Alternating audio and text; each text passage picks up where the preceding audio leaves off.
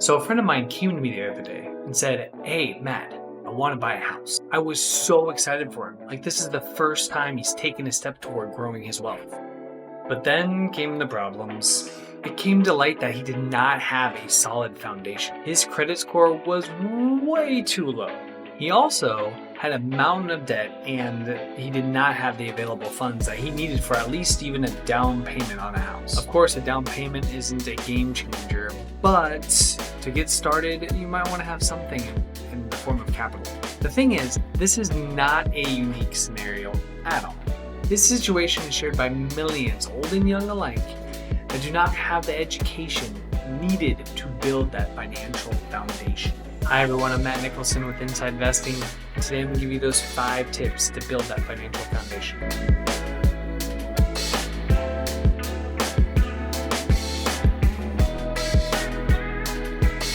Alright, as famously pointed out by Rich Dad Poor Dad, financial education is not taught in school. This is why you see a lot of people come out of high school and dive head first into a mountain of debt. The thing is, this all probably could have been avoided if there was at least one class that talked about the power of money. That's it.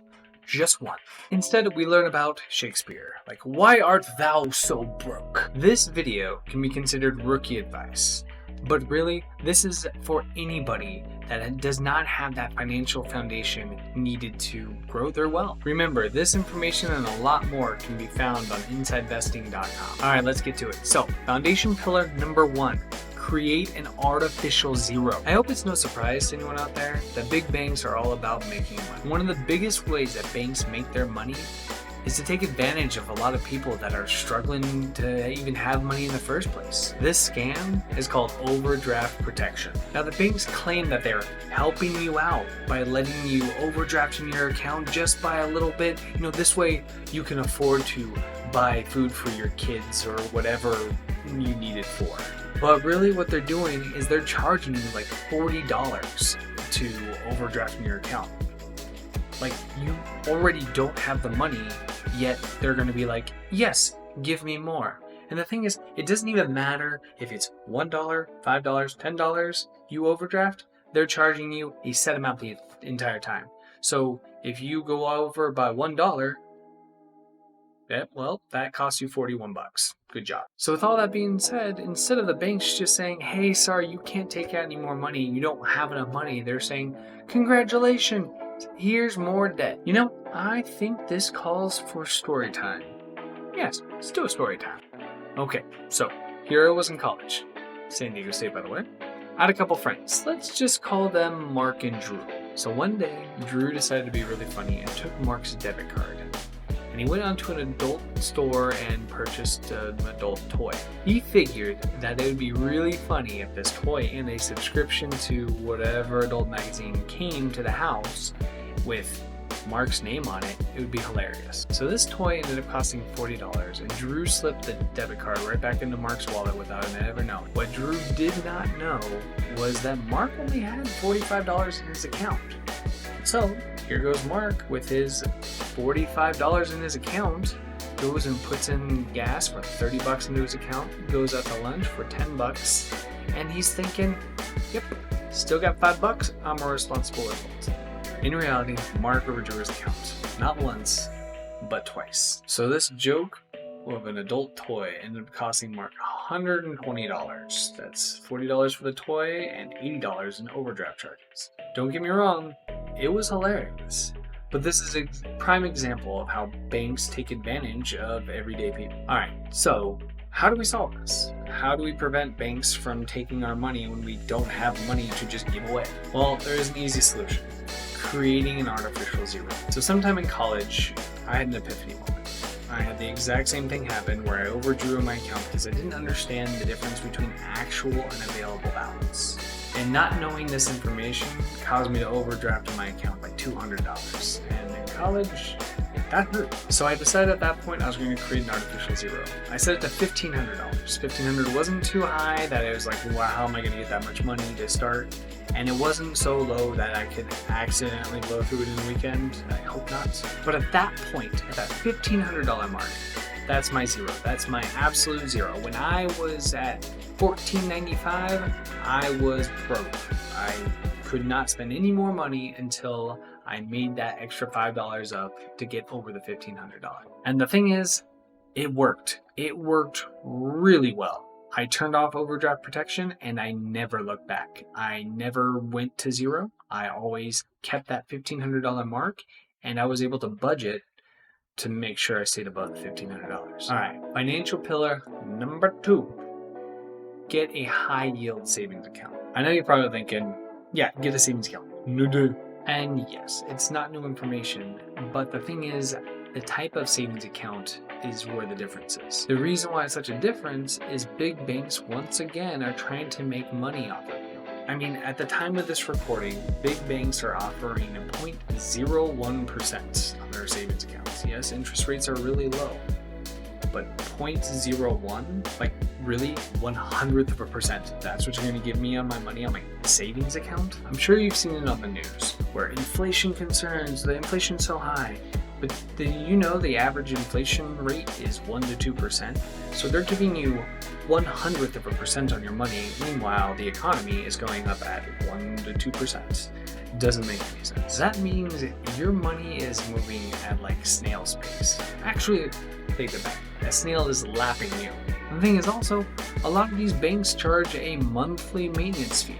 Like, maintenance fee on what? It's all digital. You don't have a guy sitting in the back, Scrooge McDuck, like, watching his money. I may have just dated myself a little bit with that reference. The point is, there are other types of banks out there that will give you a much higher percentage on your money without charging you all these fees. These banks are online savings accounts. That means they don't have any brick and mortar buildings, so they pass those savings onto the customer. They provide huge interest rates in respect to the big banks. Ally offers 0.5% on their savings account, which doesn't seem like that much with that 1 to 2% inflation.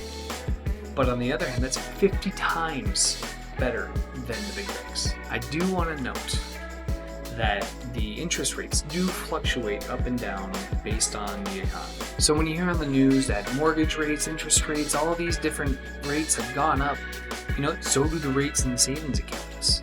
When I first signed on to Ally, the interest rate was at 2%. Perfect. I mean, hell, that at least matched inflation. But some of the best things about these accounts is that there's no minimum balance, there's no maintenance fees, they're there for the people. But these are still savings accounts, so they do have maximum withdrawal limits, so you can't just use it as your checking account. But that being said, there are local credit unions that give interest on your checking account. So if you have an account with, say, one of the big banks that have 0 interest on it, because you use it as a checking account, if you went to a local credit union, there's a chance that you can actually gain interest on those accounts.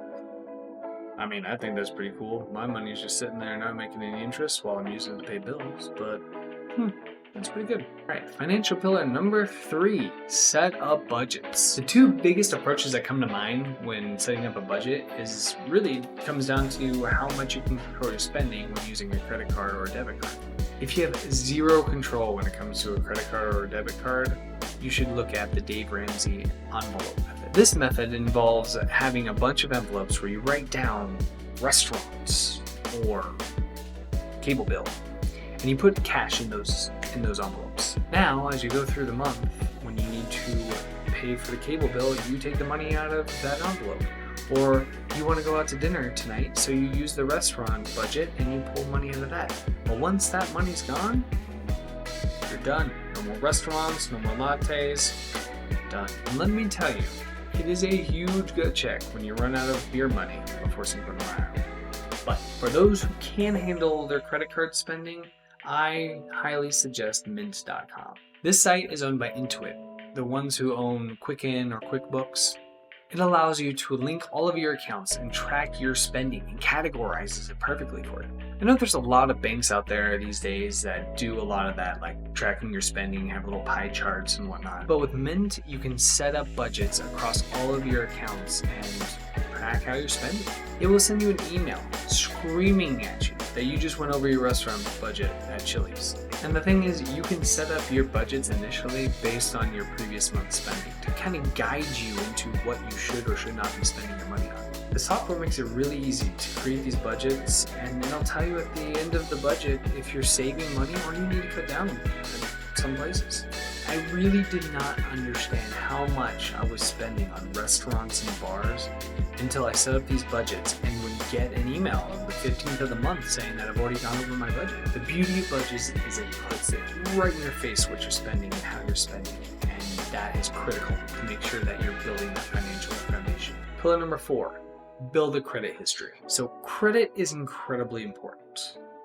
We all know that. It can either make or break your financial foundation. But the thing is, you may be thinking, my credit's good. Like, look at my credit score. It's beautiful. But hold on one second. Your credit may not be as good as it seems. My biggest problem with the credit score is it can be very misleading. Consider it like the shell of a car. So from the outside, you have a brand new Mustang. It looks so beautiful. But what you don't see are the specs of the car. It's the horsepower, torque, etc. Similar to that, your credit score has a lot of stuff that is backing up that credit score. The big pieces to consider are available credit, what's your total amount of credit, and what is your credit history. The thing with credit history is it's kind of like a catch-22. You can't get a credit card without credit history. You can't build credit history without a credit card. So what do you do? Not to worry, there's a few solutions to take care of this. First thing you can do is get a secure credit card. Now what this is you put down a deposit. Let's just say $500. And that is your credit limit. You can't go over the $500. And then eventually you get your deposit refunded back to you. So you have your $500 deposit, you still have that $500 limit. Now you have a credit card, a real credit card. Boom, you just build credit history and now you have credit. The second is called a savings builder loan. So what this loan is like a loan to yourself that you can't really touch. So mainly what it does is it pays itself off using itself. And then once the loan is completely paid back, the only thing that you paid on the loan is the interest. But the thing is, those interest payments build you credit history. So money well spent. Little trick. I put mine in a high yield savings account. So did I make money on it? No, but it definitely cut down on those interest payments.